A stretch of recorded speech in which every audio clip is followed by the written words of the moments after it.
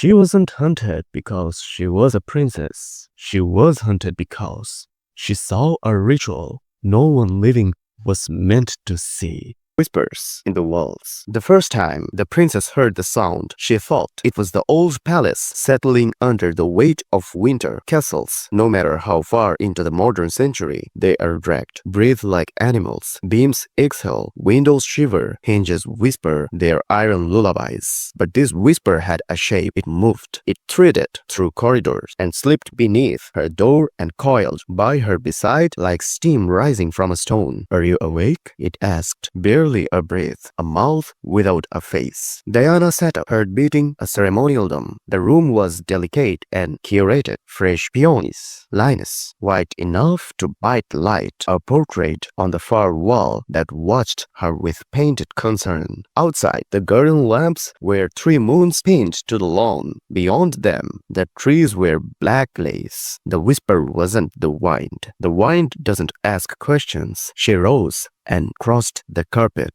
the cold floorboards tugging her from her feet. The door opened with a careful say. Hallway night. The clocks of the palace had agreed to go silent after hall, feeling absurdly that the empty air was eavesdropping. "Who's there?" she said, and because she had been taught to be merciful to silence, she added, "Hello?" The whisper receded, not away, but deeper, as if it had turned a corner inside the walls themselves. She followed, not quickly, not yet. She moved like a thought that wasn't sure it should be thought. Past the portrait gallery with its custodial faces and varnish sheen, past a locked door whose keyhole breathed cool air, past a carpet whose medallion pattern trembled under the moonlight from the clear story window. The palace, in the small hours, kept secret openly. She heard far off the sound of metal skimming metal, the patient slide of something well oiled, a latch, a grit, and then the whisper again. But this time it wasn't a voice. It was many, a chorus you hear through paper-thin walls in a hotel, the wash of strangers repeating one word too softly to parse. She followed them down the service stair, the one nearly everyone had forgotten, though the housekeepers never had. The steps were stone, the rail wood, polished by centuries of hands that did not sign decrees. At the base of the stairs was a door without hardware, as if it had been grown, not built. To the left of the door, an embossed rose the size of her palm, iron blue with age. She pressed it. The door moved, the way a curtain moves, soundlessly, smoothly, revealing a corridor. The palace blueprints pretended didn't exist. No one had taken the princess on a tour of this part. Not the dozens, not the grandmothers with sugar-shelled smiles, not the antique dealers who said, "Oh, Your Highness, that is a darling example of Regency convex mirror. See that gilded spare border." No one had told her the palace had a throat. She stepped inside, and the door, relieved of her touch, drifted back into place. Corridor, stone, narrow. The air was cooler here, mineral and keen. She breathed and tasted rust and rosemary. The lights were not electric. They were flames behind glass, and yet she saw no smoke, smelled no fuel. The hall ended, not in a door, but in a bend that shunned straight lines. She followed the hum, because that's what the whisper had become, a hum like bees inside wood, like prayer under a breath. Around the bend, another. Around the second bend, a cistern, or something like one. A stone basin, waist-high, filled not with water, but with a blackness too glossy to be mere shadow. On the rim of the basin were letters cut into the stone in a language that survived only in footnotes. She leaned closer. The letters rearranged themselves under her gaze as if they were willing, out of courtesy, to speak her tongue. She could have turned back then. She could have told a girl, or a doctor, or a journalist, or no one at all. But curiosity in her life had always been punished. Tonight, she believed it might be answered for the first time. She realized how profoundly alone she had been. been, how the bright rooms were stages and the smiling faces were masks held by strings. The home was company and it was waiting. Beyond the basin, an arch opened on darkness. She slipped through. The darkness accepted her, the way the sea accepts a confident swimmer. There were steps she could not see, but somehow made perfectly, one after the other, as if the palace had measured her legs the day she moved in and adjusted itself down.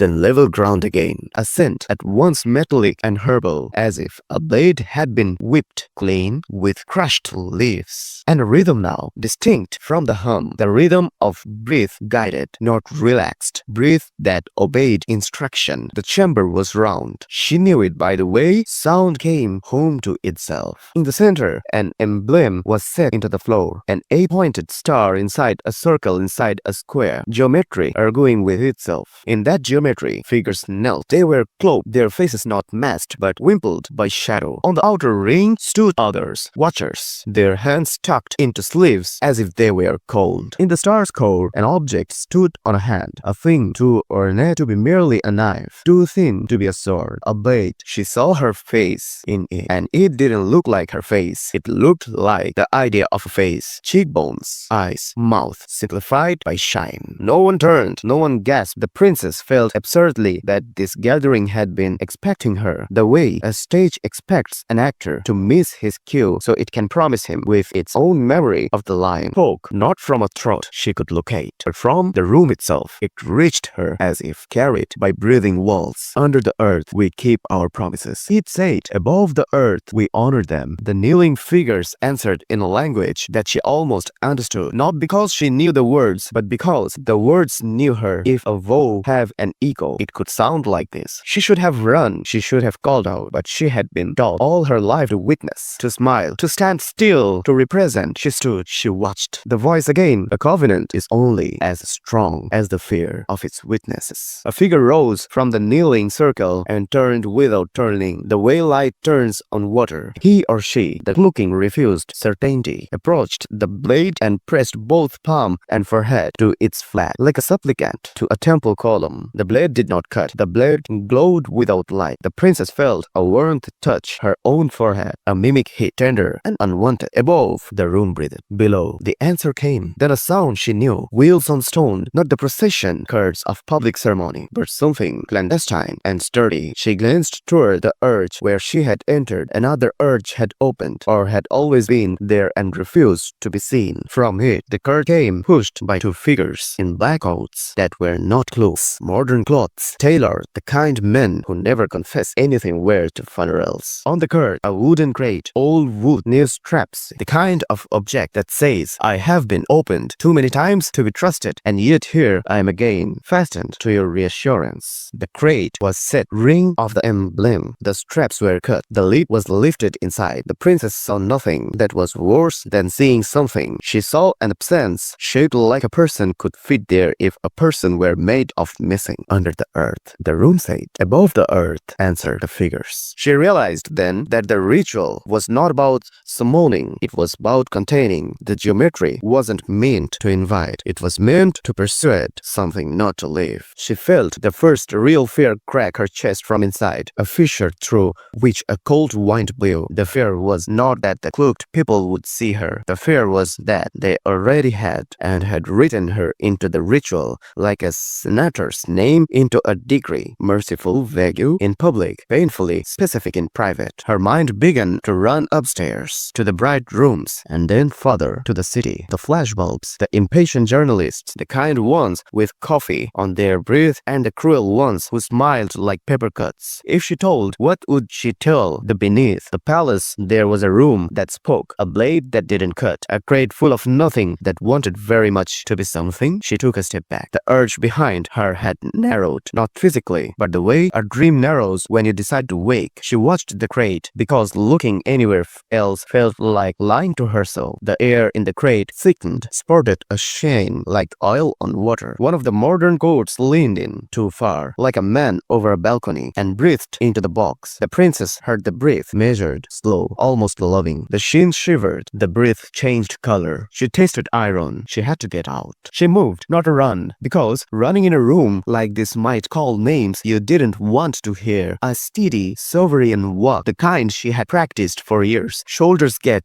gaze forward, the air parting out of respect for the fact that you inhabited it. She reached the arch. She pressed into the corridor, the flame glass lights nodding as if she were a tradition passing them in review. Behind her, the hum tried to follow. It couldn't pass the arch. That was what doors were for. She took the stairs by instinct, not memory, and arrived at the basin with the black water that wasn't water. She looked down. The surface adored faces. It forged them. Her own looked up at her, impeccably composed, older than it had any right to be. Remember, the stone said again, not with letters now, but with a pressure on the skull. Promises made beneath the earth are due above it. A sound at the back of her neck, the soft rasp of fabric against fabric. She spun. The corridor behind her was empty, but absence, she had learned, could be arranged. She did not see the person. She saw what they left. A small mark on the stone, a symbol, chalk or ash, drawn as casually as one might doodle while on the phone. An 8-pointed star inside a circle inside a square. She wiped it with the sleeve of her dressing gown. It did not smear. It sank. When she came up into the hallway of the waking palace, something had changed. The clocks had condescended to tick again, and their ticks felt accessory. The portrait of the woman with painted concern looked relieved at what the princess couldn't say. She closed her door. She didn't lock it. Locks, in her experience, comforted only the innocent. She lay down because lying down is what people do when there's nothing else to do without consequences. She stared at the white ceiling and waited for it to reveal stains that weren't there. She told herself out loud